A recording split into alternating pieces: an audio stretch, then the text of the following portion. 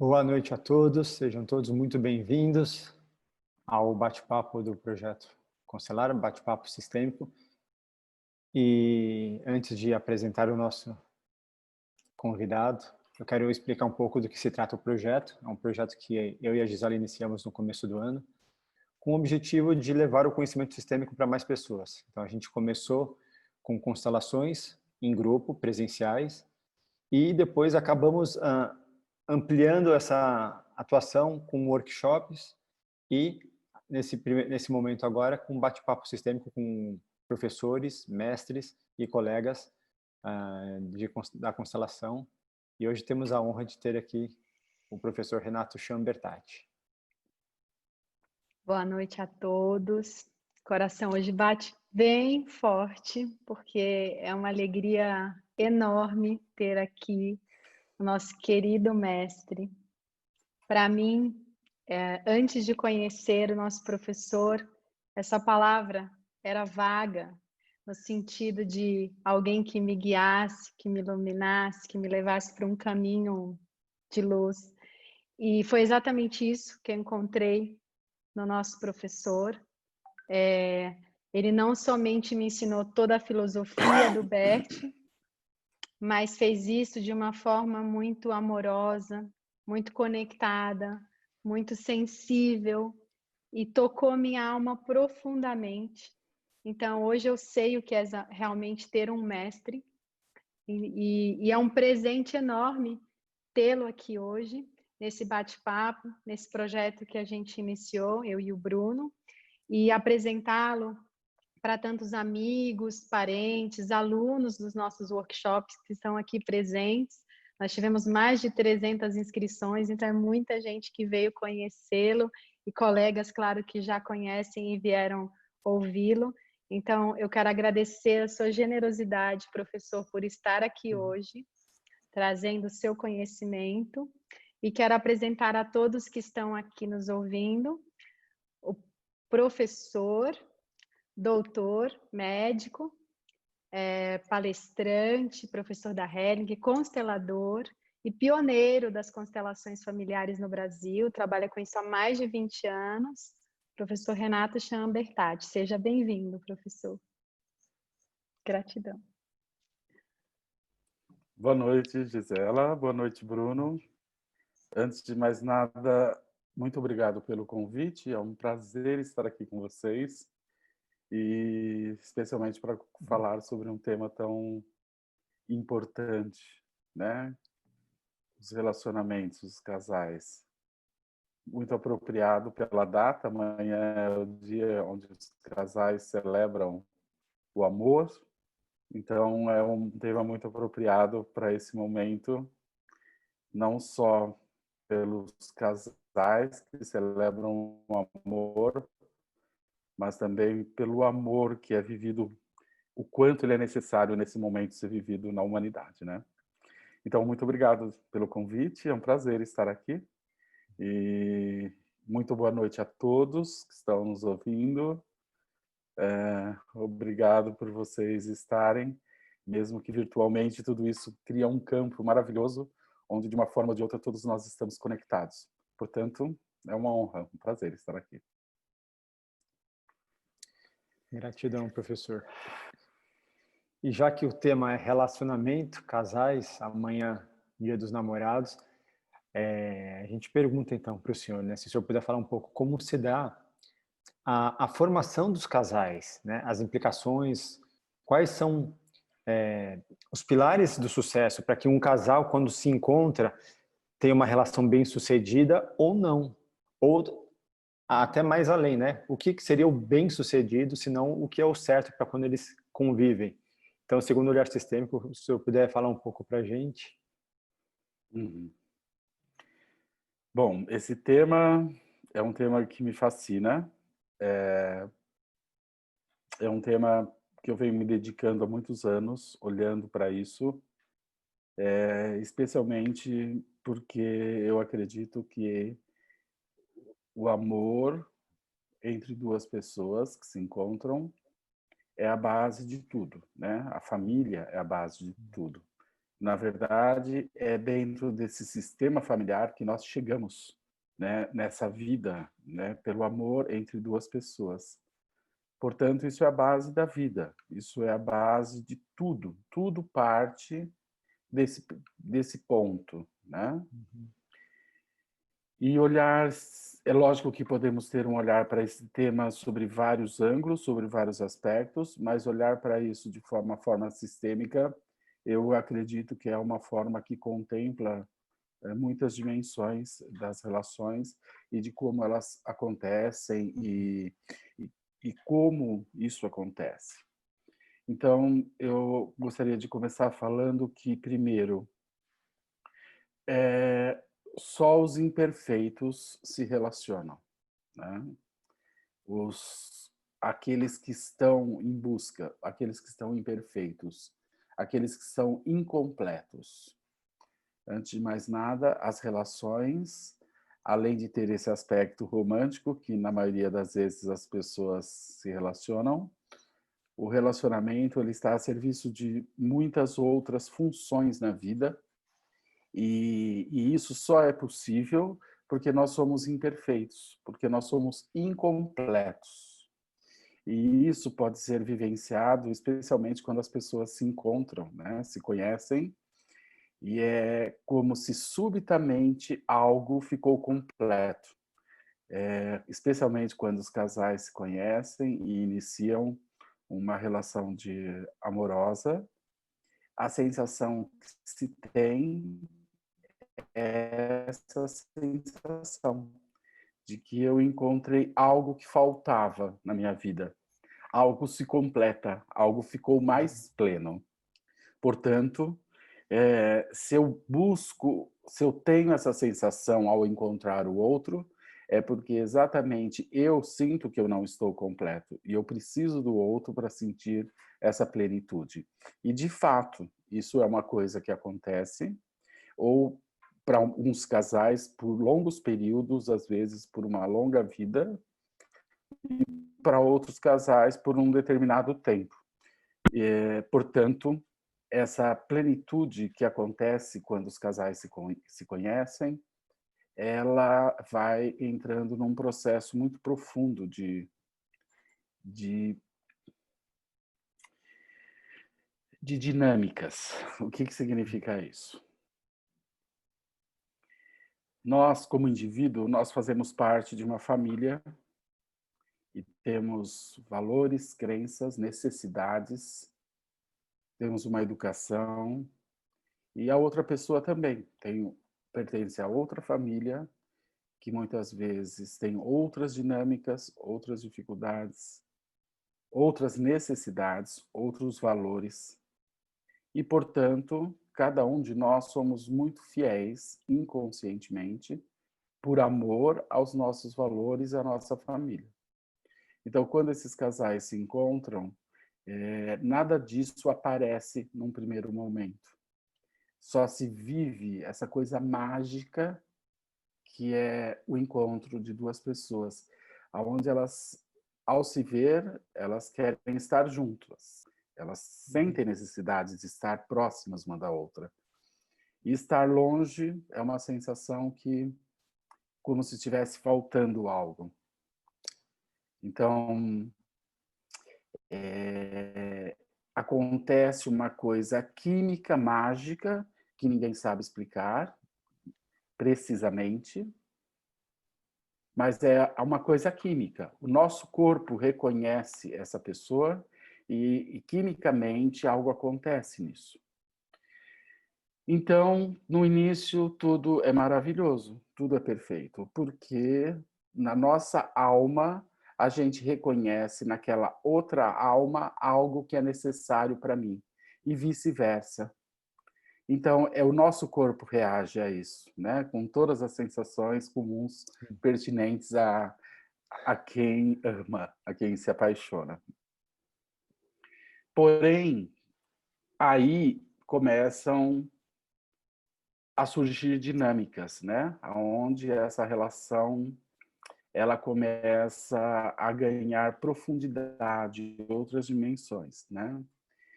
E para a gente fazer uma pergunta, né? Que é para que os relacionamentos estão a serviço? Para que elas servem as relações? A serviço de que estão os relacionamentos? Né? Isso é uma questão que o Bert olhou muito profundamente e ele nos trouxe compreensões muito profundas sobre o porquê das relações. E é claro que as pessoas, de uma forma geral, elas só pensam no aspecto: se eu amo uma pessoa, tudo está certo, e as relações é o amor e pronto.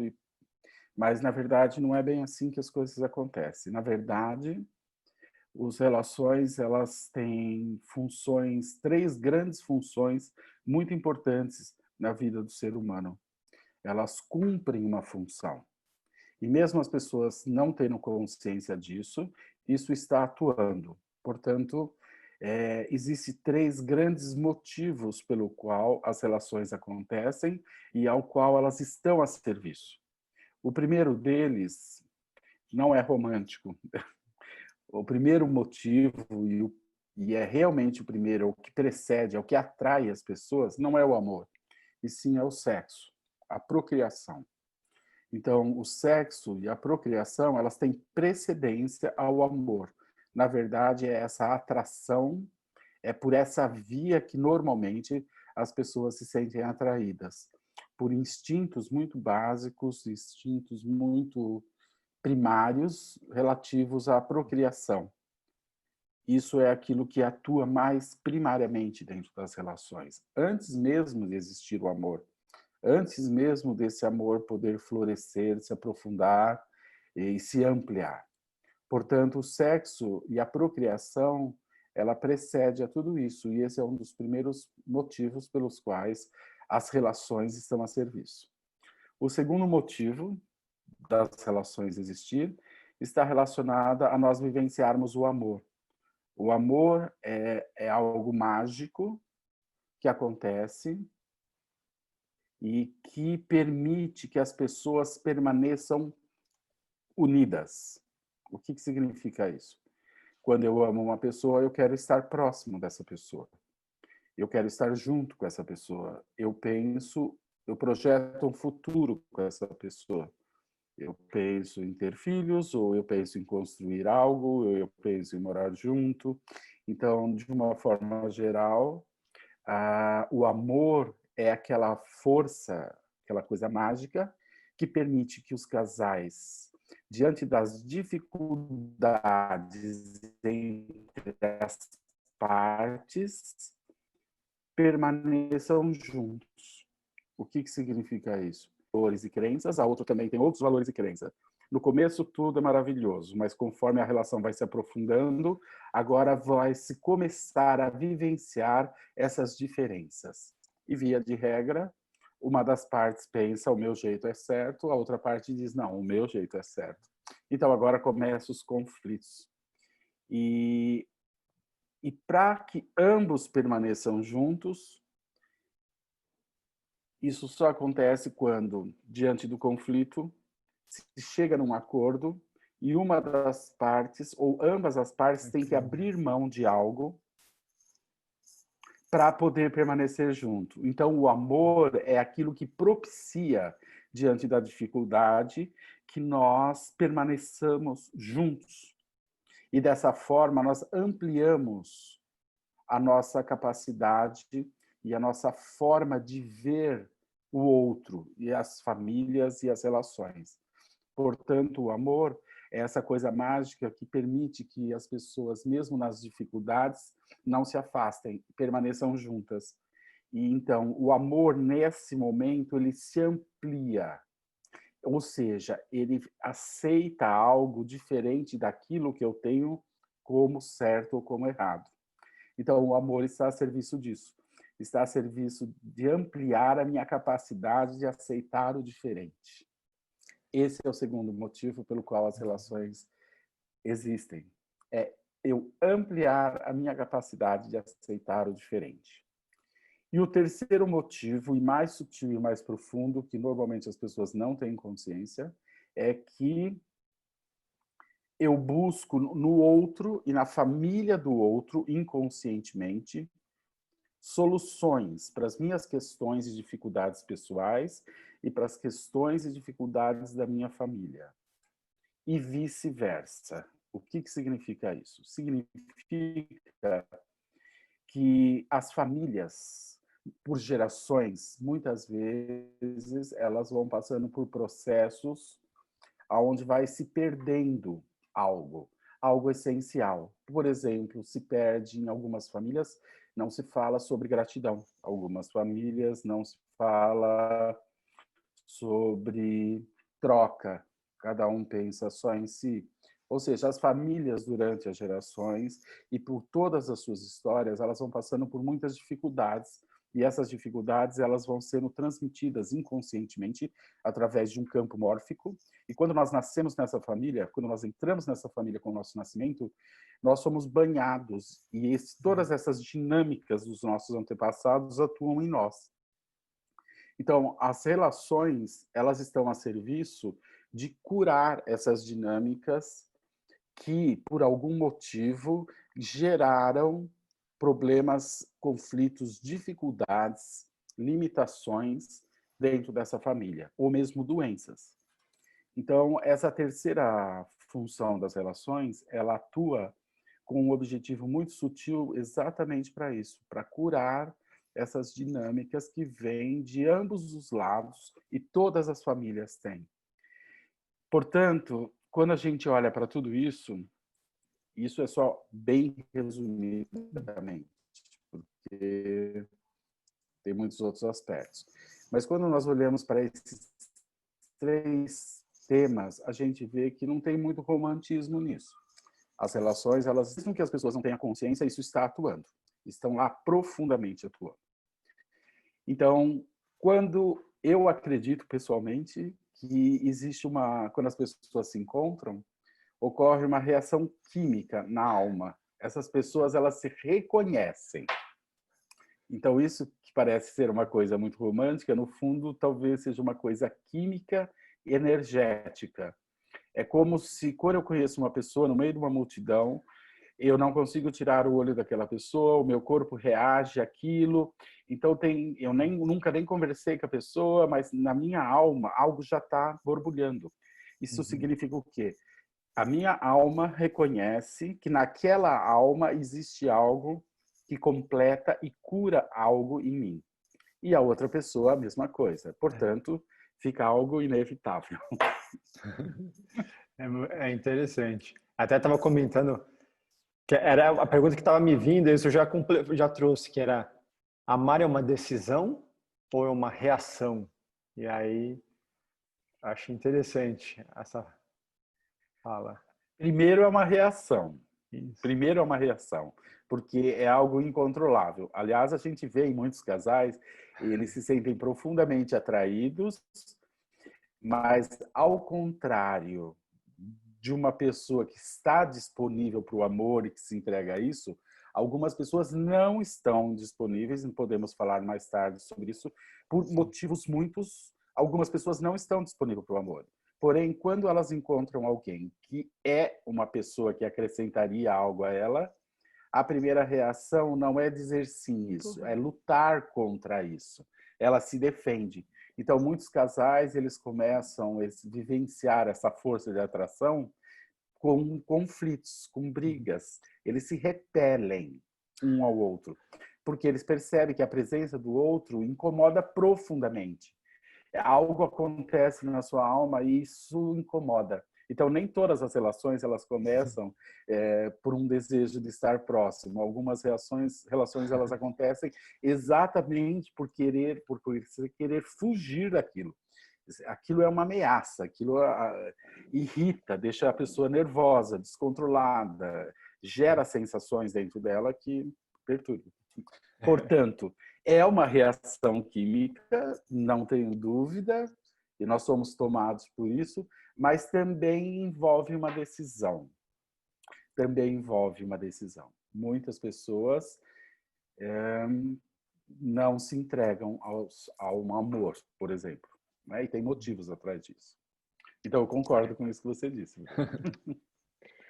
Professor, e já pegando esse gancho, então, dessas pessoas que não conseguem se vincular, se abrir, se entregar para o amor, porque muitas vezes estão enredadas em algo do seu sistema. O senhor pode falar um pouquinho sobre isso? Sim, isso é algo extremamente importante. O que o Bert descobriu é que muitas dinâmicas dos nossos antepassados, mesmo que nós não tenhamos consciência está atuando em nós. Então, por exemplo, eu vou dar um exemplo. De repente, o meu avô, ele teve uma noiva e não deu certo e terminou esse relacionamento. E essa pessoa, essa noiva, sofreu e ficou traumatizada com essa história e de repente ela nunca mais conseguiu se entregar a um amor, a um relacionamento. Então passa uma geração, às vezes chega nessa família e ela muitas vezes, no caso mas também pode ser um homem, mas no caso mais frequente uma mulher, ela pode estar identificada com essa noiva do avô que não se casou de trazer doenças. Essa é uma das dinâmicas da psoríase por gerações seguintes, o sofrimento de alguém que foi muito ferido ou muito machucado num amor que não deu certo e que nunca se casou. Então, essa pessoa que está, por exemplo, no presente, identificada com essa pessoa lá de trás, que ela nem conhece, essa pessoa, ela também pode vivenciar os mesmos sentimentos daquela pessoa, daquela noiva, que não quis ou que nunca mais conseguiu se relacionar. Então, às vezes nós encontramos pessoas no presente que têm verdadeiro pânico de relacionamento sem nunca ter vivido um. Então, da onde vem isso? Isso vem dessa identificação com essa pessoa que lá no passado foi abandonada e que tem medo do amor. Então, muitas pessoas que vivem sozinhas hoje e não conseguem se relacionar, elas representam pessoas do passado da família que, por algum motivo, viveram sozinhas. De uma família não se casam ou não se relacionam porque vivem cuidando dos pais e abriram mão dessa possibilidade de se relacionar e construir uma própria relação. Ou por questões religiosas, padres, freiras, pessoas que abriram mão do amor ou que direcionaram o seu amor ou para os pais ou para uma religião e que não se relacionaram no passado da família. Essas pessoas podem ser representadas no presente por pessoas que não sabem por quê, mas que de alguma forma elas não estão abertas a um relacionamento. Então, ninguém pode viver sozinho sem um motivo por trás. Sempre existe dinâmicas que estão atuando por trás quando existem dificuldades das relações. Claro que pode existir também questões psicológicas, mas na maioria das vezes, na grande maioria das vezes, são dinâmicas sistêmicas que impedem as pessoas de estabelecer uma relação mais profunda de amor e de entrega na vida, no presente. E muitas vezes, mesmo elas estando se relacionando, estando casadas ou no namoro, não conseguem se entregar, né? Então, não só aquelas que não conseguem se relacionar com ninguém, mas aquelas que não conseguem a entrega, às vezes sexual ou uma entrega mesmo emocional, né, professor? Sim, você tocou em questões extremamente importantes, que é algo que é pertinente aos casais, que é a questão do sexo, né? E o sexo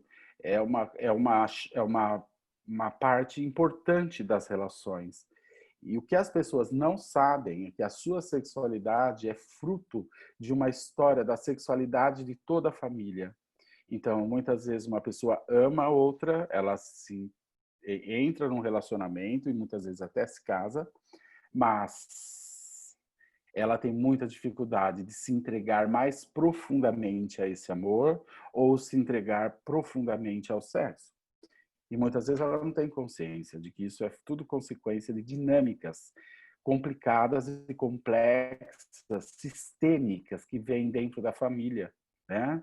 Então, por exemplo, eu lembro de uma cliente que, por exemplo, ela não conseguia ficar próxima do pai dela, ela não conseguia ficar na mesma sala que o pai, só ela e o pai. Nunca aconteceu nada, absolutamente nada. E ela uma vez me procurou por esse tema, porque era uma coisa absolutamente constrangedora. Então, quando nós fomos olhar a nível sistêmico o que tinha por trás, ela estava totalmente identificada com uma ex-namorada do pai. Portanto, além de pai e filha, existia essa energia sexual no ar. Existia um clima. E isso era absolutamente desconfortável e assustador para ela. E quando ela olhou para isso e viu que isso não era dela e simplesmente da ex-namorada do pai, onde essa pessoa foi profundamente injustiçada, o pai tinha terminado de uma forma muito desrespeitosa e essa pessoa permaneceu aprisionada dentro disso. E essa filha vivia essa relação confusa com o pai. Portanto, no momento que ela tomou consciência disso, se desfez, pronto, agora ela podia estar com o pai. Porque ali só existia a filha e não mais a filha e a ex-namorada do pai. Então, isso é uma dinâmica complexa, complicada, que é invisível, mas que está lá atuando. E se a gente for pensar na situação atual, em que a convivência se intensificou, ela está sendo quase que obrigatória para alguns, seja como casal, seja como pai, seja como filhos. E essas dinâmicas começam a vir à tona, não algo novo, né? A gente sabe que, na verdade, não tem nada novo, pelo contrário, algo que está emergindo é o que já existia. Como lidar com essa situação? Porque a cliente ainda teve a oportunidade de ampliar esse olhar num atendimento desse. Agora, se a gente pensar de uma forma geral, como lidar com a dificuldade entre os casais, entre os pais, entre filhos que estão confinados nesse momento, todos na mesma casa, sendo obrigados a olharem um para os outros o tempo todo. Sim, esse é um momento muito especial, né? Essa história da pandemia, porque tem confinado as pessoas. Quantos casais que trabalham muito exatamente porque não querem lidar com uma dificuldade entre eles, né? Isso muitas vezes é um dos motivos do workaholic, né? Aquela pessoa que trabalha muito e que chega tão tarde, sai tão cedo. Então, muitas vezes, o que existe atrás disso é uma dificuldade entre os casais e que eles evitam estar tão próximos, porque isso emerge, né? Então, nesse momento, a pandemia, ela tem colocado as pessoas muito em contato com todas as dificuldades, seja os conflitos, seja as questões sexuais, portanto, seja questões, às vezes, até de violência que estão presentes dentro dessas dinâmicas. Então, a pandemia, ela, nesse momento, ela exacerba tudo isso de uma forma muito intensa. Por quê? Porque as pessoas confinadas, por exemplo, essa filha que vive identificada com o pai, mas que nunca vê e agora o pai está em tempo inteiro em casa, essa pessoa que vive presa a um ex-namorado, que está identificado com um ex-namorado da mãe ou do pai, e agora tem que se relacionar com o marido que está ali. Então, todas essas dinâmicas, nesse momento, elas emergem com muita força, por causa do confinamento. Então, como lidar com isso?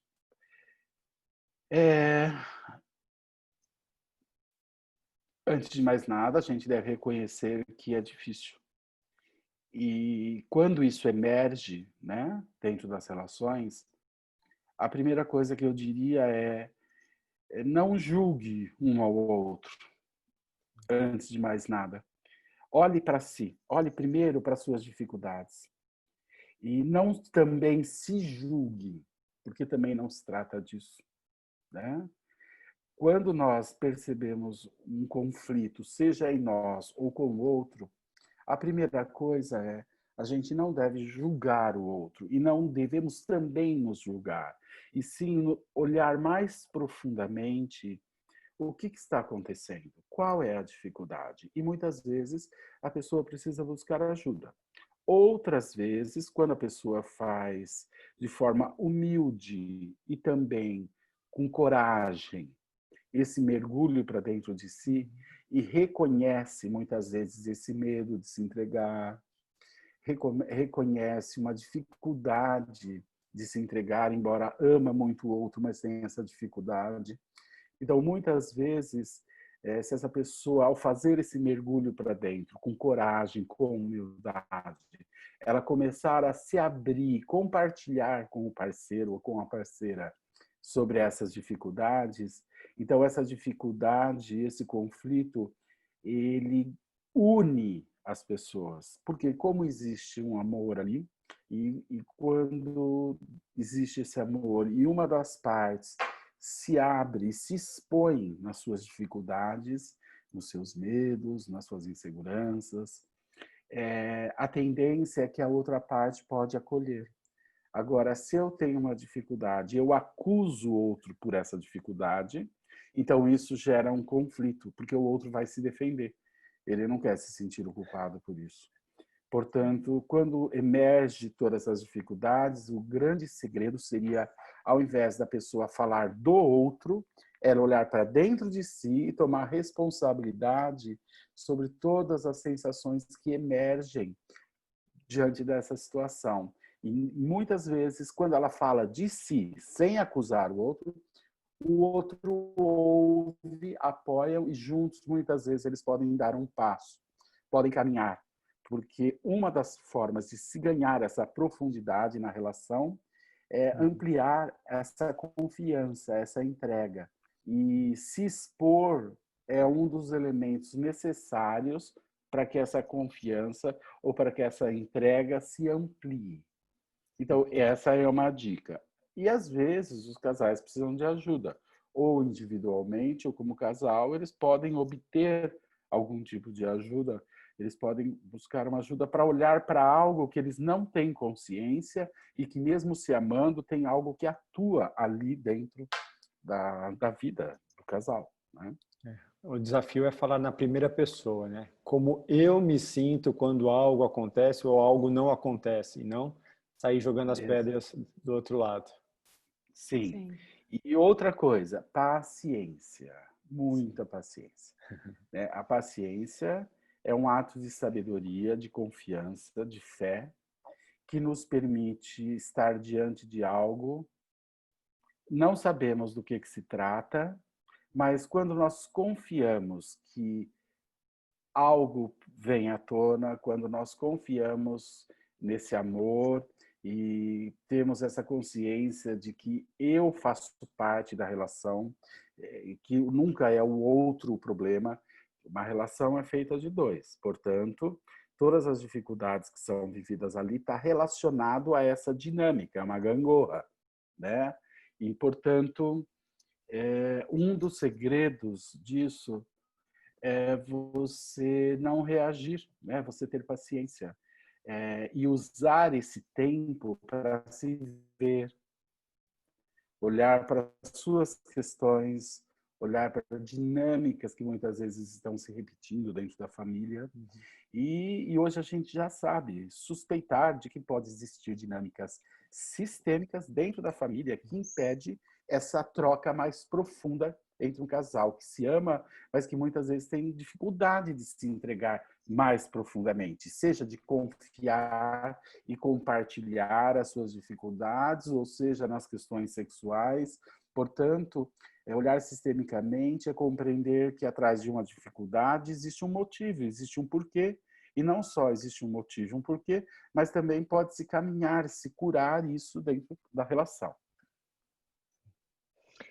Professor, o Bert nos ensina, né, que o menino precisa fazer o movimento em direção ao pai em determinado momento, a menina em direção à mãe, e que quando isso não é feito, né, e o filho fica naquela esfera da mãe e a menina do pai, que ele chama de filhinho, filhinha do papai, filhinho da mamãe, muitas vezes num relacionamento ele vai buscar exatamente o pai ou a mãe, né, esse genitor ao qual ele está de certa forma ligado e que muitas vezes nem vai respeitar as outras pessoas daquele sexo porque tem esse ideal, quer dizer, a mãe é a mulher idealizada, né? E quando, eu queria que o senhor falasse um pouquinho, quando uma pessoa num relacionamento desse percebe que existe essa dinâmica, percebe que o seu marido busca em si uma esposa ou ela busca um pai, né? Então, como lidar com isso? Como transformar isso numa relação? Você está tocando num ponto extremamente importante, Gisela, e gostaria realmente de falar um pouco mais sobre isso.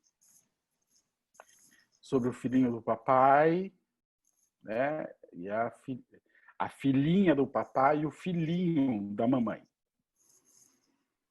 Então, o que é isso, né? O que em última instância significa? São filhos que vivem aprisionados na relação com os pais. E é claro que nessas relações, esse filhinho da mamãe muitas vezes representa um ex-namorado da mãe, ou representa um irmão da mãe que morreu, ou representa um pai da mãe que não esteve disponível para essa mãe. Portanto, ele, como homem, fica aprisionado nessa relação com a mãe. E ele não consegue fazer esse movimento para o pai, e nem essa mãe permite que ele faça esse movimento do pai, em direção ao pai, o masculino. Então, esse menino, ele é aquele filho que vive grudado na mãe. O pai olha de fora para isso e não gosta. E ele está sempre do lado de fora, o pai. Ele não consegue participar dessa dupla, dessa relação. Por quê? Porque ali acontece algo que não é natural. E muitas vezes, quando a gente pergunta para essa pessoa, para esse homem, como que é a sua relação com a sua mãe? A minha relação com a minha mãe é ótima. Então, quando uma relação é muito boa assim, a gente já desconfia que ali temos um filhinho da mamãe. Então, essa pessoa ela está aprisionada e muitas vezes ela não consegue fazer esse movimento em direção ao pai. E com isso falta a ela o masculino e com isso muitas vezes ela está internamente rompida com o masculino. Isso é uma das dinâmicas que pode gerar dependências químicas, problemas com adicção e todas essas dinâmicas. Porém, mesmo todas essas dificuldades, às vezes essa pessoa se casa, ela vai para um casamento, se casa. Ela se casa, mas ela não consegue ir para o casamento, porque ela ainda prioriza, esse homem ainda prioriza a relação com quem? Com a mãe. Então, mesmo estando casado, ele não consegue se entregar a essa relação com a esposa. Por quê? Porque ele está aprisionado na relação com a mãe. E como na relação com a mãe não é uma relação de mãe e filho, na maioria das vezes, não é. Porque um filho ele só pode tomar a mãe plenamente quando essa mãe é para ele apenas uma mãe. Porque se essa mãe for para ele representar para ele uma ex-namorada, tiver esses outros tipos de dinâmica atuando, então ele, embora esteja grudado com a mãe, ele não consegue tomar essa mãe. Então, muitas vezes esse homem se casa, permanece aprisionado com a mãe nessa relação não saudável, embora seja às vezes maravilhosa, e ele busca a mãe no relacionamento. Então, ele busca a mãe na esposa. Então, a esposa muitas vezes percebe que esse homem espera dela que ela seja a mãe dele. Porque ele não pôde tomar a mãe, não pôde estabelecer uma relação saudável com a mãe. Então, dessa forma, ele busca num relacionamento afetivo, ele pode até amar uma pessoa, mas ele busca muitas vezes a mãe na relação, a mãe que ele não tem lá bem resolvida. E se essa mulher ela entra nessa dinâmica para satisfazer essa necessidade dele de uma mãe, então aí o casal vai ter problemas sexuais. Por quê? Porque essa mulher vai representar para ele a mãe, e com a mãe não se relaciona sexualmente. Então, embora exista muito amor, ali pode ter problemas sexuais graves, deles não conseguirem se relacionar. E aí o problema está onde? Na relação dele com a mãe, que impede ele de se entregar a um relacionamento. Mas o mesmo acontece com a mulher. Se essa mulher ela é aprisionada com o pai, porque ela representa uma ex-namorada do pai, ou representa a mãe do pai que morreu cedo, não importa. Se ela fica aprisionada nessa relação com o pai, ela internamente também está rompida com a mãe. E por ela estar aprisionada nessa relação com o pai, ela busca, muitas vezes vai para um relacionamento, e ela busca no casamento quem? O pai. Ou seja, a mesma coisa, só que invertido, né? E aí é lógico que essa pessoa também vai ter dificuldades lá, muitas vezes, nas questões sexuais. Então, o Bert dizia o seguinte, e ele olhou muito profundamente, e a minha experiência, né, trabalho com isso há 30 anos, é exatamente essa. Quando se existe num relacionamento, além do amor, outros tipos de expectativas, tudo isso enfraquece o amor.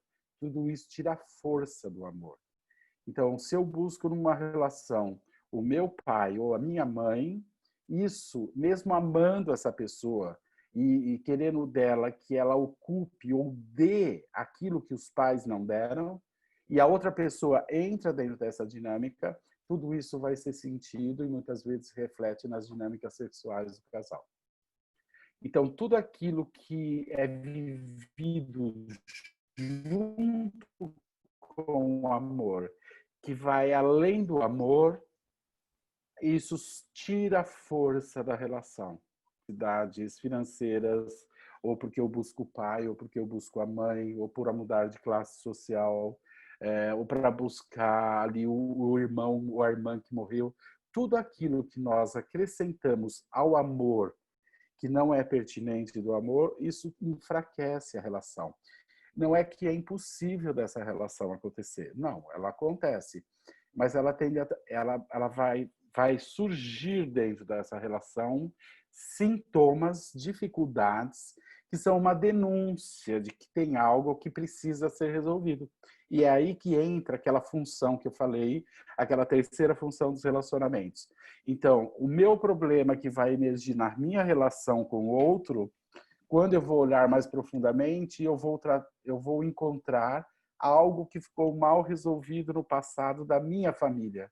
E ao fazer isso, ao resolver isso, eu fico liberado para viver esse amor. E algo se cura ou na história da minha família. Então, quando essa mulher, por exemplo, que está com dificuldades de se entregar a esse marido, e ela vai ver que lá atrás, ela vai olhar para dentro dela, vai entender de onde vem toda essa dificuldade, ela vai entender que lá atrás, na sua família, ela está identificada com outra mulher. Então, esse problema que vem lá de trás, ao ela olhar para isso e tratar disso, cura-se essa questão do passado da família, repara-se algo, se faz uma justiça com algo, e ao mesmo tempo ela é liberada agora para viver o amor. Mas dentro da relação emerge o passado da família, dos dois lados, e de tudo aquilo que é mal resolvido. Isso é o milagre das relações, né? Isso é uma das coisas ao qual as relações estão a serviço. Então, nessa fala é importante trazer que a culpa não é dos pais, né? Exatamente. Não existem culpados. Não. O Bert costumava dizer isso com muita frequência. Quem busca por culpados não busca por solução. Não existem culpados. Se a gente for buscar por culpados, nós vamos parar em Adão e Eva. Aí a gente culpa eles. É. E é interessante. O nosso crescimento se faz às custas da consciência e da tomada de responsabilidade. Vítimas não crescem e quem busca por culpados não crescem dentro das relações e nem pessoalmente. E aí, olhando, né, para algo que normalmente é mais complexo e mais, vamos dizer, mais polêmico, então, vítimas não tomam solução. Uma pessoa que se estabelece numa relação abusiva, uma pessoa que se estabelece numa relação em que ou ela acaba sendo a autora de agressões, enfim, ou sendo a pessoa que recebe, né, a ação, enfim. Como olhar para essas dinâmicas que a gente muitas vezes tem visto no noticiário e o primeiro impulso é tomar partido da pessoa tida pela mídia como a vítima. Então, toma-se partido e crucifica-se a pessoa autora da agressão. Como a gente pode ampliar o olhar para essas dinâmicas que são comuns, muitas vezes elas não vêm à tona, mas é presente, acho que praticamente em todas as famílias, em menor ou maior distância de tempo. Bom, esse é um tema extremamente importante, Bruno, e é uma das uma das dinâmicas mais difíceis entre os casais, né? Quando existem relações abusivas, quando existem relações de violência e, portanto, existem muitas dinâmicas que atuam por trás disso. O olhar sistêmico é um olhar que vem acrescentado muito e ajudando muito nós lidar, primeiro compreendermos e depois ajudar essas pessoas dentro dessas dinâmicas. Tanto é que a constelação ela explodiu dentro do judiciário, especialmente na área da família, especialmente na área de resolução de conflitos, exatamente por causa disso. Então, eu poderia dar aqui alguns tipos de dinâmicas que podem gerar relações abusivas dentro de casa ou até mesmo de violência. Então, por exemplo, uma dinâmica muito frequente é que, às vezes, uma das partes ela quer morrer. Uma das partes ela quer morrer, ela tem um impulso pela morte. E esse impulso pela morte muitas vezes está relacionado ao fato dela querer seguir alguém que morreu precocemente, que está excluído da sua família. Então, essa pessoa se casa, mas ela tem um impulso por morrer. Ela tem uma necessidade inconsciente de morrer. E muitas vezes é até consciente. A pessoa fala que ela tem vontade de morrer. Então, dentro de um relacionamento, por exemplo, se essa mulher ou se esse homem ela quer morrer, a outra parte, muitas vezes, percebe isso. O que significa? Significa que, ao se perceber essa necessidade de morrer, ou esse impulso pela morte, isso gera, nessa relação, uma situação de muito conflito. O que significa isso? Essa necessidade, às vezes, da pessoa morrer, ela é sentida pela outra parte. E isso gera na outra parte pensamentos, por exemplo, de agressão, ou até mesmo de querer matar essa pessoa. Então, a gente vê, por exemplo, que uma das dinâmicas de relações de violência e de agressão, elas surgem exatamente por isso, porque uma das partes quer morrer. Então, normalmente, quando existe violência física, o que a gente já sabe é que uma das partes quer morrer. E essa é a dinâmica que muitas vezes se conclui nessas situações de violência física. Por quê? A pessoa, às vezes, ela apanha e ela não consegue ir embora. Ela não vai embora. Por quê? Porque ela busca ou espera que o outro mate ela. Essa é uma dinâmica frequente nessas situações de violência. Portanto, outra dinâmica frequente, por exemplo, um homem tinha raiva, um homem via uma mãe que tinha um relacionamento abusivo com o pai, mas ele, como filho, não podia agredir essa mãe. Então, ele muitas vezes ele vai se vingar na sua mãe ou na sua filha e concluir uma agressão que estava presente na relação ou na geração anterior. Então, existem muitas dinâmicas por trás dessas relações abusivas ou atrás dessas relações de violência. E a constelação, ela vem permitindo exatamente isso, olhar para essas dinâmicas e ajudar as pessoas a se desenredar disso e, com isso, surgir soluções. Portanto, ninguém é mal. Ninguém é mal. Nós partimos sempre desse princípio. Não existem pessoas má. Existem pessoas enredadas e que, através desses enredamentos, isso gera nelas situações difíceis que muitas vezes se manifesta na relação com situações abusivas ou até mesmo situações de violência. E numa situação ainda dessas, como os pais, por exemplo, devem reagir ao tomar conhecimento que o filho ou a filha estão sendo, de alguma forma, vítimas de agressão nos seus relacionamentos, e como os filhos também devem agir, ou se devem agir, quando eles presenciam essa violência ou essa agressão entre os pais, pensando aqui talvez não só na verbal, mas também na agressão física. Então, tanto os pais em relação aos filhos nessa dinâmica, como os filhos em relação aos pais. E pessoas de fora da relação também. Bom, a primeira coisa que traz força para tudo isso é as partes não tomarem partido. Então, se uma mãe vê a sua filha ser agredida e ela já acha aquele cara não presta, então ali iniciou-se um cabo de guerra e que isso não ajuda e não apoia, né, na resolução dessa situação. Então, assim, isso também serve para os filhos. Se os filhos veem os pais em situações de conflitos e eles se intrometem nisso e tomam partido, né? Isso já gera mais raiva e é como se você jogasse gasolina num fogo, em algo que já está queimando. Portanto, a primeira coisa que a gente faz não é tomar partido, não é julgar, é saber que ali existe uma dinâmica e os filhos, quando estão diante disso, diante dos pais, eles devem se retirar disso, eles não devem se envolver nisso. Se envolver é algo que só traz, amplia, aumenta o conflito.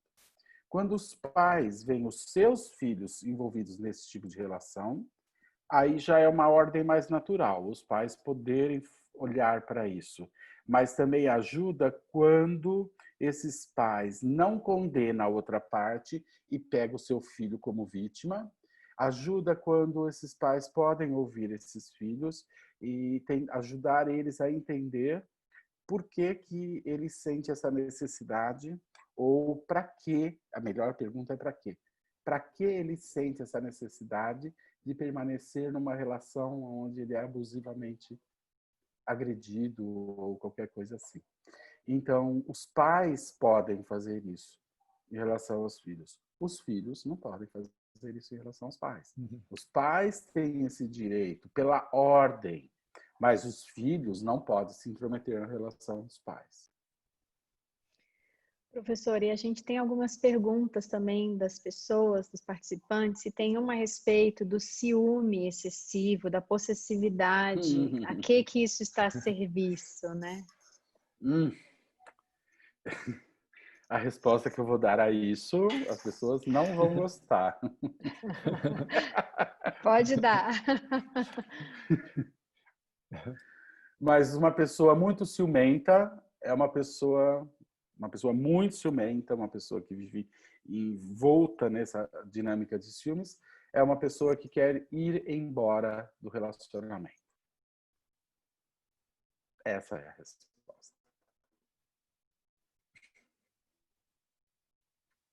Quando tem muitos ciúmes, a pessoa ciumenta quer ir embora da relação.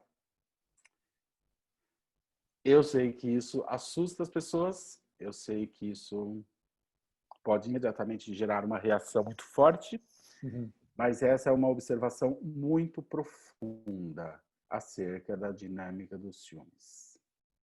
Quando existe muitos ciúmes, a pessoa com ciúmes, ela quer ir embora da relação. Essa é o que está atuando lá por trás.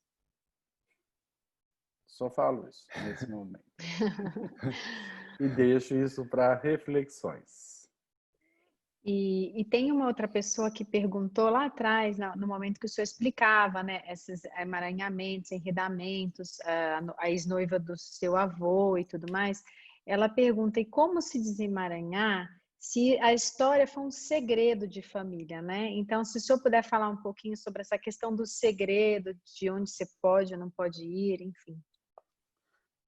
Então, sim, isso é uma dos grandes presentes que a constelação traz. Ela muitas vezes traz à tona essas relações, esses segredos, eles se mostram, eles se revelam. Então, tudo aquilo que precisa ser resolvido, isso e está causando essas dinâmicas dentro da relação, quando se coloca uma constelação, isso vem à tona.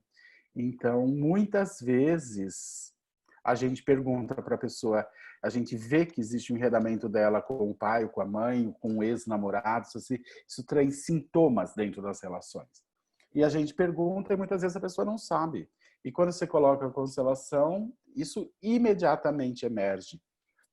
Então, a constelação ela tem sido extremamente útil para lidar com essas dinâmicas, que muitas vezes são segredos dentro da família e que se revela ali prontamente, assim como às vezes se revela situações de violência ou de assassinato e a pessoa não sabe de nada. Mas, por exemplo, num caso de esquizofrenia, a gente já sabe que é uma história que existe, de esquizofrenia, de autismo, a gente sabe que tem histórias de assassinato dentro da família, são segredos, mas que isso emerge com sintomas, seja na área das relações com conflitos, seja com doenças. Então, a constelação ela nos dá acesso a essas dinâmicas e os passos para a solução disso. Daí que tem ajudado tanto as pessoas as constelações, porque ela traz à tona esses segredos, eles se mostram, eles se revelam, porque esses segredos eles aprisionam muitas pessoas nesses conflitos do passado da família. E por gerações, muitas vezes, as pessoas ficam aprisionadas nisso. E esses aprisionamentos estão a serviço exatamente disso, de resolver essas dinâmicas do passado. É aquilo que eu disse, a terceiro motivo pelo qual nós nos relacionamos. Buscar cura para questões minhas e da minha família. E elas emergem sempre dentro das relações. E emergem sempre com dificuldades, com conflitos, com limitações. Então, atrás de todos esses conflitos, essas limitações, essas dificuldades, encontra-se ali a porta que nos dá acesso para a cura de dinâmicas profundas dentro do passado da família de ambos. Portanto, quando as pessoas ficam presas só no conflito e não ampliam o seu olhar para algo maior que está por trás, elas, na maioria das vezes, não conseguem sair e muitas vezes elas acabam o relacionamento porque elas não conseguiram ultrapassar e entender aquilo que existe por trás desses conflitos. Então, toda situação de conflito é um sintoma, é um presente de que ali tem uma porta, é uma chave para tratar de algo complexo e que, na maioria das vezes, as pessoas não têm consciência e que está por trás. Tem até uma estatística, a gente já tem até uma estatística acerca disso. De cada 100 casais com dificuldades, 70% das dificuldades, a origem dessas dificuldades são dificuldades que não está relacionado ao que eles vivem, mas sim a dinâmicas sistêmicas que eles vivem aprisionados com a sua família de origem. Ou seja, é uma porcentagem muito alta. Ou seja, a chance das dificuldades que os casais têm de serem um problema sistêmico, dizendo isso de uma outra forma, é de 70%. 70%. Portanto, é uma porcentagem muito grande, muito significante nessas situações. E pensando, né, amanhã como o Dia dos Namorados e olhando para as pessoas que estão solteiras e pessoas que não são que são assumidamente solteiras e se recusam a ter qualquer tipo de relação, ou para se relacionarem elas fazem um checklist. Então, se não tiver determinada característica, se não for assim, não for assado, não serve. São pessoas que realmente estão dispostas a uma relação ou projetam nessas dificuldades um não interno? Bom, ter uma listinha do que tem que ter é triste. Quem faz lista não quer nada com ninguém. Tá? Quem faz lista não quer, não está disponível. Tá? Essa listinha é um monte de condições que a pessoa impõe quando ela não quer algo. Né? E essa é a forma que ela tem dela justificar a sua indisponibilidade. E então essa indisponibilidade se mostra não nela, mas sim na forma como o outro é, ou como o outro se comporta. Então, isso não funciona. Uma pessoa com muita lista não está disponível. Infelizmente. Acontece. É. Acontece. E não vamos julgar essas pessoas. Uma pessoa, como eu disse, ninguém está indisponível à toa. Isso é um sintoma. A indisponibilidade para se relacionar, para se entregar a um amor, isso é um sintoma. É um sintoma de que existe algo na família. Uma pessoa que não está disponível para viver o amor, seja por medo ou porque ela não acredita mais no amor, é um sintoma de que ela está aprisionada nessas dinâmicas da família. Então, muitas pessoas que são absolutamente convictas de que não existe o amor ou de que as relações, de relacionamento não é algo bom, são pessoas totalmente aprisionadas. Elas, ou porque elas estão traumatizadas num relacionamento que terminou de uma forma não saudável, ou porque elas estão identificadas com alguém da sua família de origem, seja da família do pai ou da mãe, que vive essa profunda dor e que com isso nunca mais se relacionou, deixou de acreditar no amor. Então, muitas vezes, aquilo que a pessoa pensa no presente sobre o amor não é algo dela e nem fruto de algo que ela viveu. Às vezes pode ser, mas outras vezes nem é fruto de algo que ela viveu, e sim de uma dinâmica que está vindo de outra pessoa dentro da família. Portanto, o ser humano, ele é um ser sociável.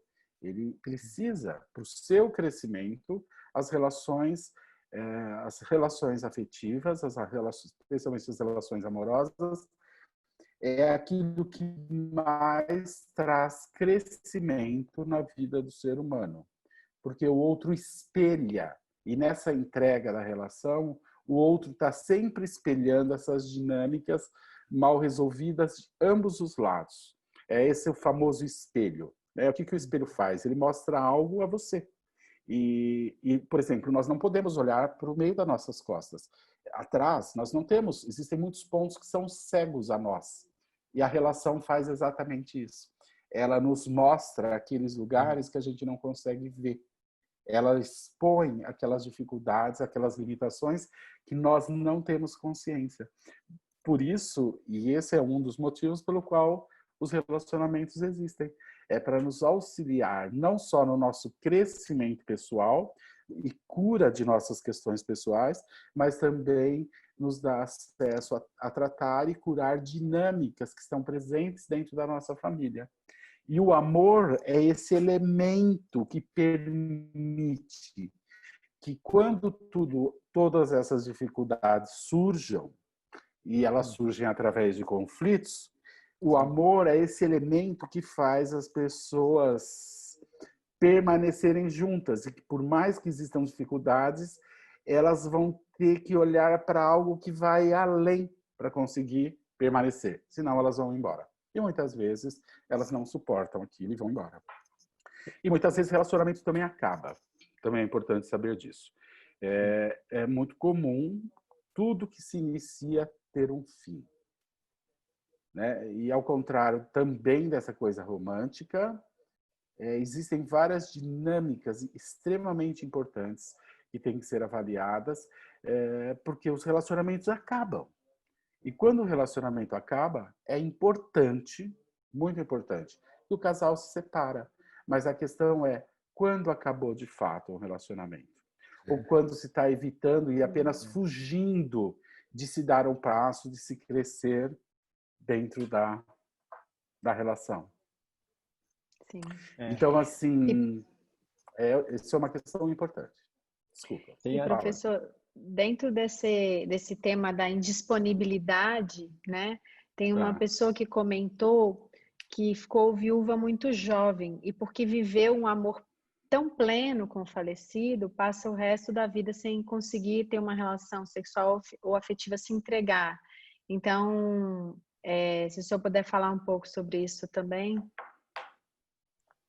Desculpa, acho que eu não entendi a sua colocação. Você pode repetir? Ela fala assim: e quando a pessoa fica viúva jovem, por ter vivido um amor pleno com o falecido, passa o resto da vida sem ter outra relação sexual ou afetiva, né? Presa nesse luto. Então, essa indisponibilidade é por causa do luto. Isso é algo muito sério. Isso acontece, né?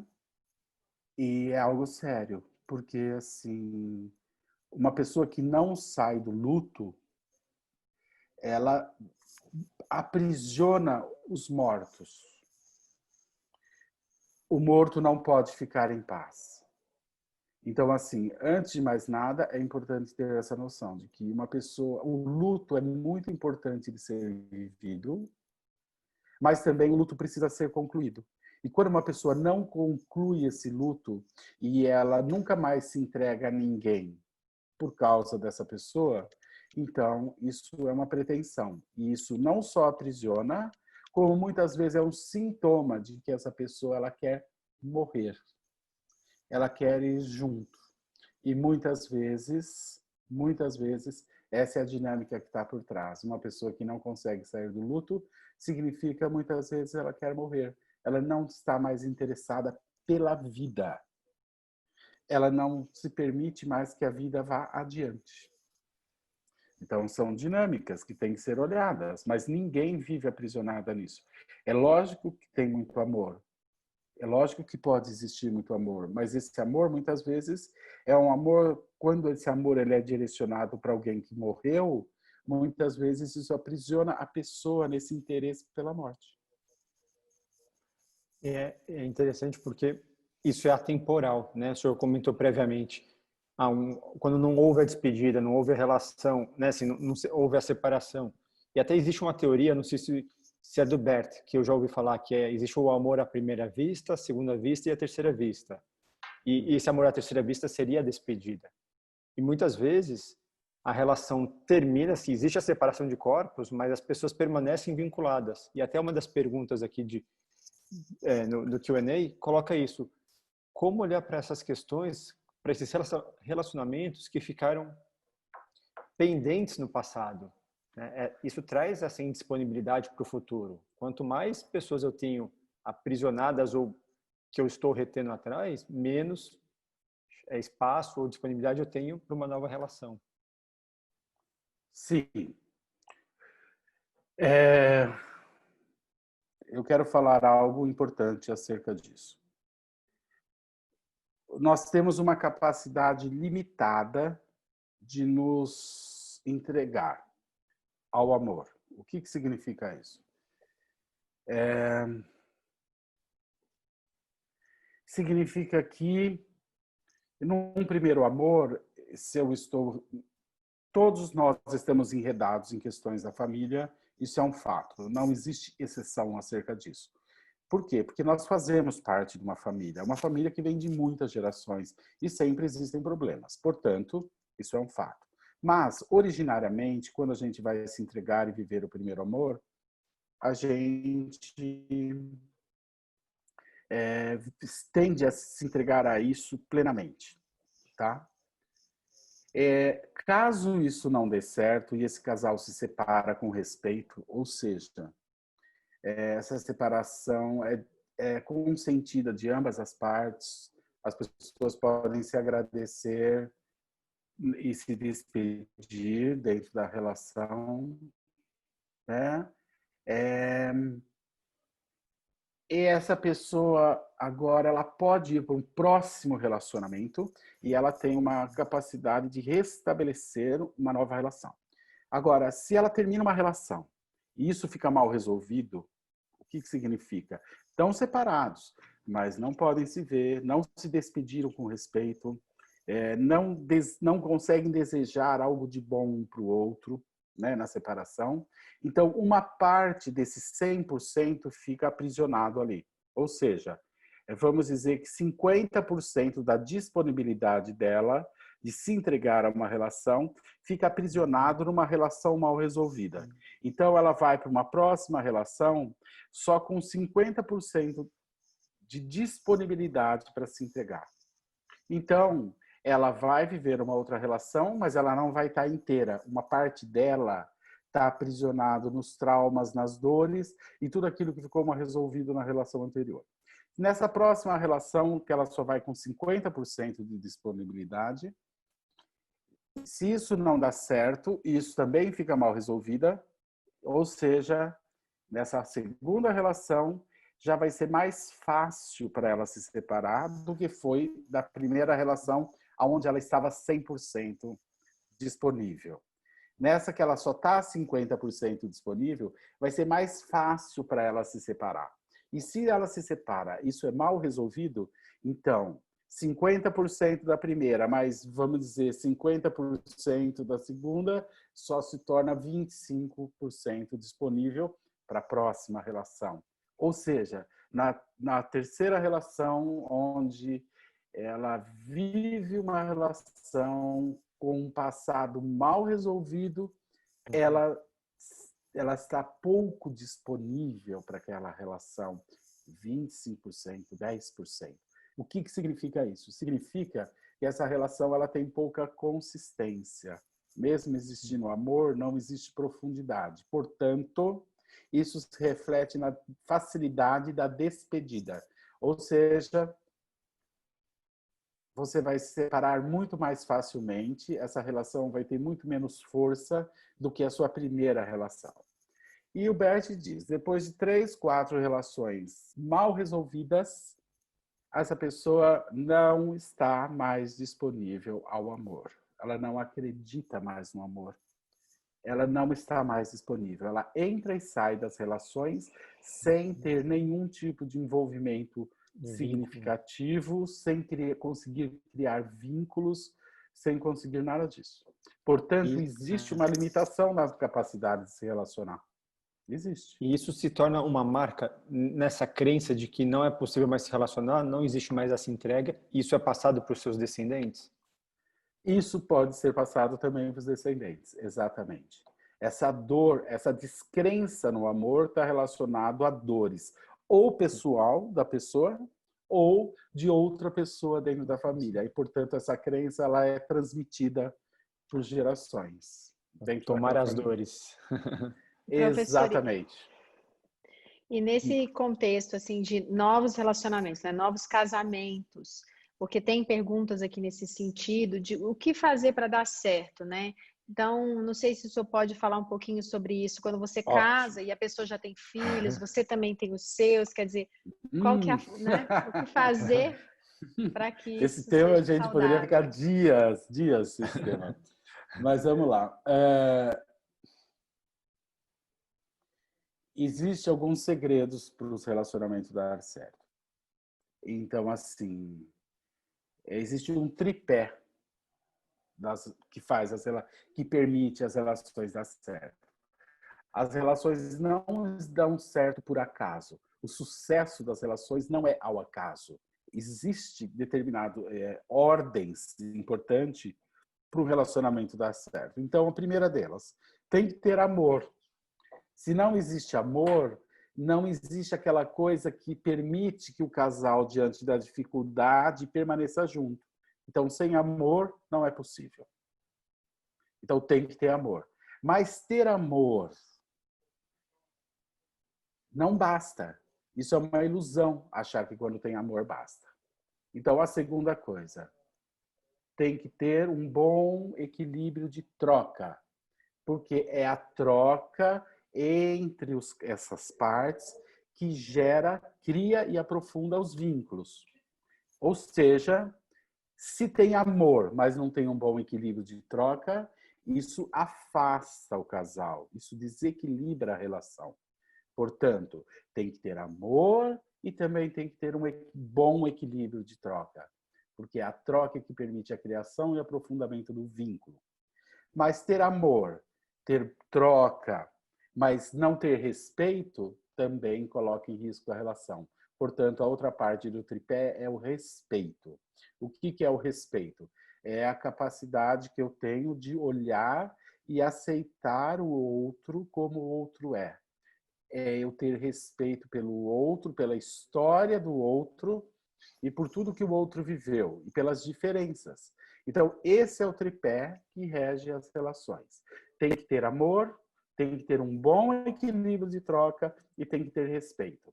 Se só tem amor, mas não tem equilíbrio de troca, a relação fica ameaçada. Se tem amor, tem respeito, mas não tem equilíbrio de troca, isso também ameaça a relação. Então, o tripé que está relacionado ao sucesso das relações é esse: amor, respeito e troca. Em equilíbrio. Então, essa é a base, essa é a essência. Esse é um dos segredos para que as relações deem certo. O sucesso das relações, ou as relações que têm sucesso, são essas relações, as relações onde esses elementos eles estão presentes dentro das relações. Vê as relações que deram certo, vocês vão ver isso dentro. Vê as relações que dão certo.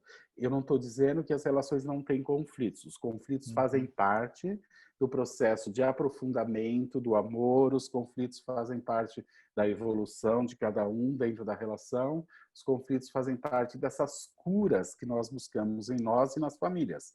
Então, os conflitos são naturais, mas os conflitos eles são positivos quando, a partir do conflito, o casal consegue ampliar, tirar algo de bom, ir adiante, chegar num consenso, evoluir, se mover adiante. Então, os conflitos, eles são naturais, eles existem e eles são importantes. O importante é que, no final de cada conflito, ambos cresçam, ambos tomem consciência de algo, ambos ampliem a sua capacidade de aceitação, de respeito ou de equilíbrio de troca. Porque, às vezes, o conflito surge pelo desequilíbrio de troca. E aí, do conflito, pode se restabelecer essa troca, esse equilíbrio, e aí vai adiante. Então, esse é o tripé, que é o segredo das relações terem sucesso. Que é voltando Mas para aquele aí, olhar quando da tem... autorresponsabilização, né? A pessoa se autorresponsabilizar, o casal, para tomar as ações. Se vê que existe desequilíbrio, se está algo em desordem, tomar a consciência, falar de si e se expor, né? Abrir para o outro. Então, não é projetar no outro a culpa, mas sim trazer para si a parte, né, da solução. Isso. A gente costuma dizer tomar responsabilidade. De uma situação de conflito, um bom caminho para que ambos possam sair do conflito e evoluir é: eu paro de olhar para o outro, para as dificuldades do outro, e eu olho para mim. E eu pergunto para mim, qual é a minha participação? Quais são as minhas dificuldades nessa situação específica, nessa situação de conflito? Então, diante do conflito, eu paro de olhar para o outro e eu olho para mim. Enquanto diante do conflito eu quero que o outro mude, para que eu não tenha que entrar em contato com as minhas dores e com os problemas que eu trago, não existe solução. Não existe solução. E Não nesses existe evolução. relacionamentos que têm filhos de outros casamentos, têm primeiras esposas, segundas esposas, também olhar para tudo isso com respeito, né, professor? E dar o lugar a essas pessoas na vida deles, né? Porque eu acho que é Vivos isso e que a mortos. pessoa pergunta, assim, como me relacionar com um viúvo ou com uma pessoa que é divorciada e tem filhos e ter uma boa relação. Então, aplicar isso também em relação a esses filhos e essa relação anterior, né? Sim, uma das coisas que o Bert descobriu, que é a base de todo o trabalho da constelação familiar, é que as ordens do amor. O Bert descobriu que existem leis que regem as relações. E uma das leis que regem todas as relações é a ordem de chegada. Então, o que essa lei diz? Ela diz o seguinte: quem chega primeiro tem precedência a quem vem depois. Ou, em outras palavras, quem chega depois deve respeito a quem chegou antes.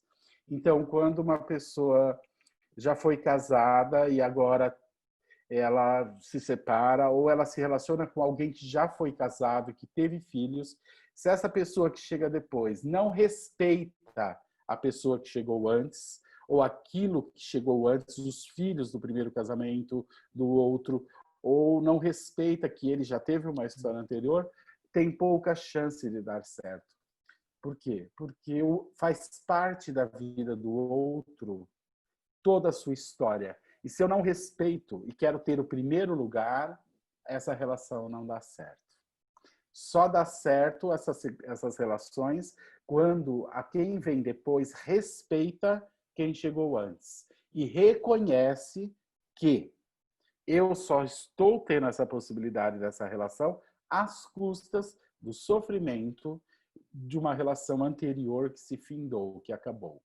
Quem não consegue ter respeito pela relação anterior do outro tende ao fracasso dentro dessa relação.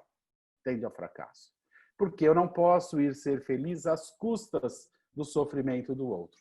Então, essa pessoa, dentro dessa nova relação, ela tende ao fracasso. Ou ela adoece muito profundamente, ou essa relação ela vai perdendo força e esse casal não consegue prosseguir. Portanto, também existem segredos muito importantes para que essas segundas relações deem certo. E desses segredos é isso, é respeitar essa lei, que é a ordem de chegada dentro das relações. É uma lei isso, não é uma invenção. Bert não criou isso. Assim como ele disse a lei da gravidade, ele descobriu que existem leis que regem as relações. E essa é uma das leis. Não é fácil. Né? A gente Sim. observando, assim, eu vejo até no histórico familiar, eu tenho tios que no segundo, terceiro casamento e vivenciei todas essas dinâmicas da exclusão, das violências e agressões, enfim. Então, trazendo isso hoje para esse olhar, para essa consciência, ter esse outro olhar é um presente, né? Poder ampliar o olhar sobre tudo isso, né? Não mais ficar de um lado nem de outro, mas olhar para todos e deixar todos participarem, né? Dar um lugar para todos, vivos e mortos. Sim, exatamente. Saber que os mortos, os antepassados, eles estão atuando na nossa vida e nós atuando na vida deles, né? Portanto, como eu disse no início, as relações amorosas, os casais, existe algo muito mais profundo atuando atrás disso do que apenas esse olhar romântico que muitas vezes nós temos. As relações, elas não existem à toa. O ser humano se relaciona, o ser humano se apaixona, o ser humano se casa, o ser humano sente necessidade disso. E isso não existe puramente por uma necessidade sexual ou puramente por essa questão do amor. Tudo isso que nós chamamos de amor é algo do qual é uma sabedoria da vida ao qual tudo isso está a serviço da evolução e de curas, de dinâmicas para a humanidade através das relações. E se a gente pensar assim, o quanto que, por exemplo, novelas, filmes, livros estabelecem ou criam relações perfeitas e fantasiosas, o quanto que as pessoas não se projetam nisso como um ideal, algo que é uma ilusão, e se distanciam do real. Então, quando elas vivenciam a realidade, né, de chegar em casa e ter talvez a esposa ou o marido não plenamente produzidos ou com mau humor, elas se frustram de alguma forma, que são as relações idealizadas. O quanto que, não sei se você pode falar um pouquinho sobre isso, essas imagens externas podem influenciar as pessoas.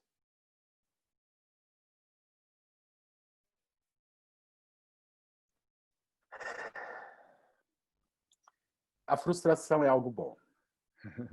É ruim de sentir, mas é bom para a nossa alma. A frustração sempre nos tira de um mundo perfeito, idealizado, irreal, e nos coloca em contato com algo concreto. Portanto, a frustração, embora seja uma coisa difícil do ser humano vivenciar, a frustração está a serviço da evolução. Ou seja, a frustração nos conecta sempre com uma realidade que se impõe, seja lá em que sentido for. Portanto, a frustração é sempre algo bom. O que eu vejo como algo importante de se enfatizar nas relações é que as relações, o amor, ele é um presente divino, aonde eu encontro no meio da multidão algo que faz vibrar algo em mim. Então, o amor, ele é um presente divino. E tudo na vida só é possível através do amor. Ou tudo na sua plenitude só é possível através do amor. Portanto, aquelas pessoas que estão diante disso, né, de ter alguém ou de encontrar alguém, olhem, por favor, isso como um presente. Porque por mais que existam dificuldades, se essa vibração aconteceu, né, se essa reação aconteceu, se existe essa necessidade de estar junto, ali existe a força da evolução, a força da cura. E por mais que existam dificuldades, as dificuldades fazem parte. Então, a paciência, o respeito, o praticar esse amor, né, é aquilo que permite essa cura. Portanto, o amor é um presente. Tenho um mestre, o Osho, e ele diz que só existem 3 coisas realmente significantes na vida, e se nós olharmos mais profundamente, de fato só existe isso. A primeira delas é nascer, é quando tudo surge. A última delas é morrer, é quando algo se completa.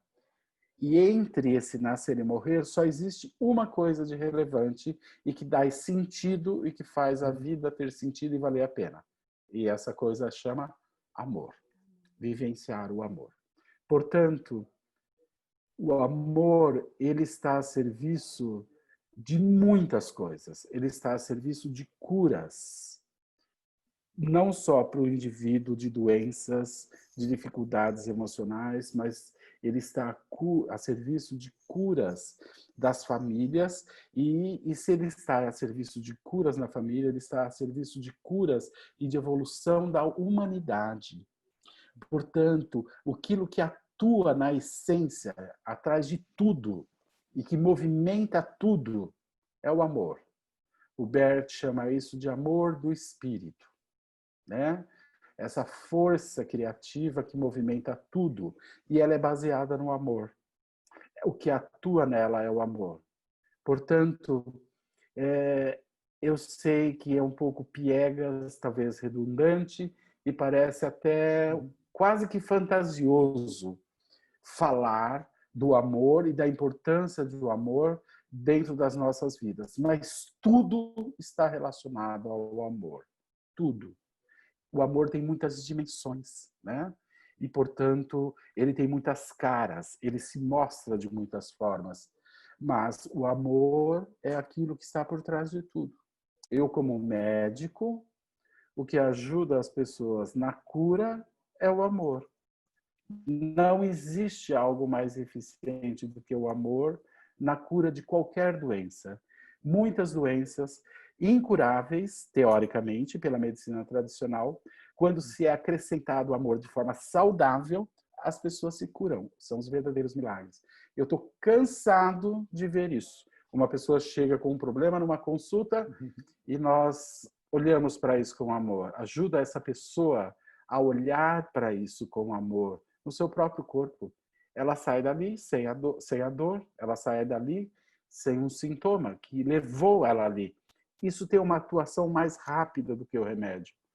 É mais eficiente, ela é curativa. Portanto, o amor, ela desperta a força genuína da existência, ela está conectada com isso.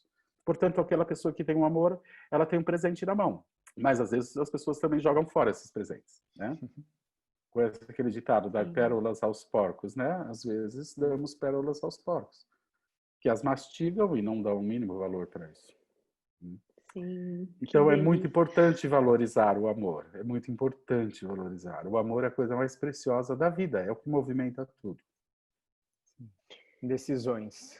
o amor, né? E como dizia o Bert, não existe amor sem dor, né? E com isso a gente vai chegando ao final com essa explicação maravilhosa, esse webinário fantástico, muitas perguntas ainda no Q&A, agradeço por todas, mas não dá, é um tema muito grande, muito profundo, tem muitas variações e nós temos um tempo reduzido. Então, professor, se você quiser dar uma última mensagem, falar alguma coisa, fique à vontade. Eu quero agradecer de coração mais uma vez. Foi uma aula. Obrigada por todo esse ensinamento. Gratidão. Sim, eu gostaria. Eu gostaria de falar sobre 3 palavras mágicas, curativas para os casais. 3 palavras. A primeira delas é por favor.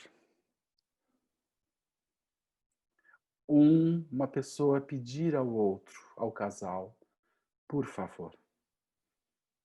Por favor significa eu preciso de algo, eu necessito de algo. E quem ama adora poder dar, fazer ou oferecer algo. Portanto, essa é uma palavra mágica dentro do casamento. Existir um por favor, né? Eu pedir algo, eu me mostrar necessitado. A outra palavra é sim. Dizer sim. Dizer sim. Ter um casamento com sucesso, um relacionamento com sucesso, tem muito sim. O sim é estar disponível. O sim é eu posso, eu faço, eu me entrego. É dizer sim. Um relacionamento que tem muito não mostra a indisponibilidade. Então, essa é a segunda palavra mágica das relações. Sim. E a terceira palavra é obrigado. Obrigado significa eu reconheço que recebi algo de você. Eu reconheço e eu tomo algo que eu recebi de você. Então, essas são as 3 palavras mágicas indispensáveis para um relacionamento ter sucesso. Por favor, sim e muito obrigado.